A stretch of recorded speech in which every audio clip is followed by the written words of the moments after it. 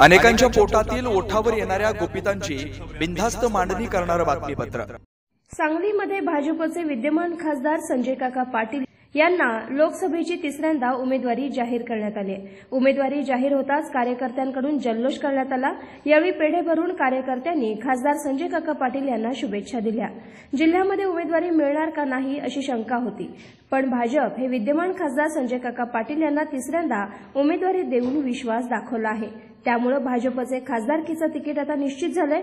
दुसरीकडे महाविकास आघाडीचा उमेदवार अजून निश्चित झाला नसल्याचं वृत्त हाती येत आहे।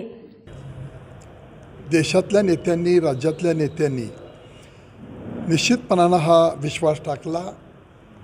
काम करणाऱ्या माणसाला पुन्हा काम करण्याची तिसऱ्यांदा संधी या नेतेमंडळींनी मला दिली। त्यामध्ये सगळ्या मतदारांचे, सगळ्या सहकाऱ्यांचे, भारतीय जनता पार्टीतल्या सगळ्या आमच्या सहकाऱ्यांचे, कार्यकर्त्यांचे निश्चितपणानं या गोष्टीसाठी मोठी शक्ती उभा राहिली आणि ती गोष्ट आपल्याला या निमित्तानं दिसून येते।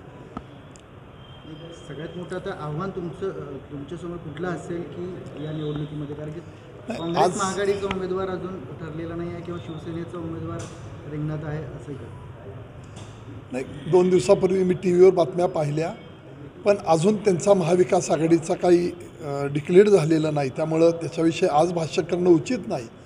पण उमेदवार जरी असले कुणीही तरी ही निवडणूक आहे आणि या निमित्तानं आपल्याला ही निवडणूक जिंकण्याच्या दृष्टिकोनातून निश्चितपणानं लोकांचा विश्वास माझ्यावर आहे।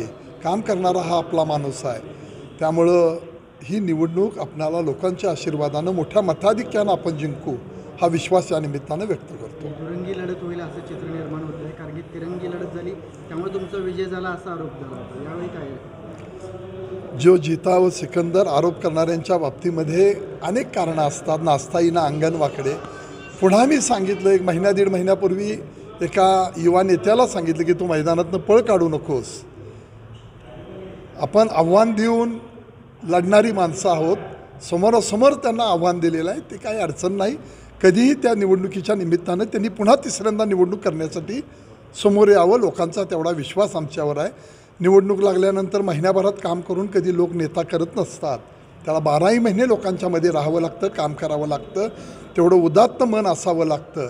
आणि एकदा निवडणूक सुरू झाल्यानंतर मग कोणाचं काय आहे ते योग्य वेळेला आपण सगळ्या गोष्टी बोलू। समोर पैलवान जरी असलं तरी तुमचा विजय निश्चित आहे। कुणीही असलं तरी, कुणीही। बेधडक निर्भीड बिनधास्त मांडणी करणारा खबऱ्या लाईव्ह।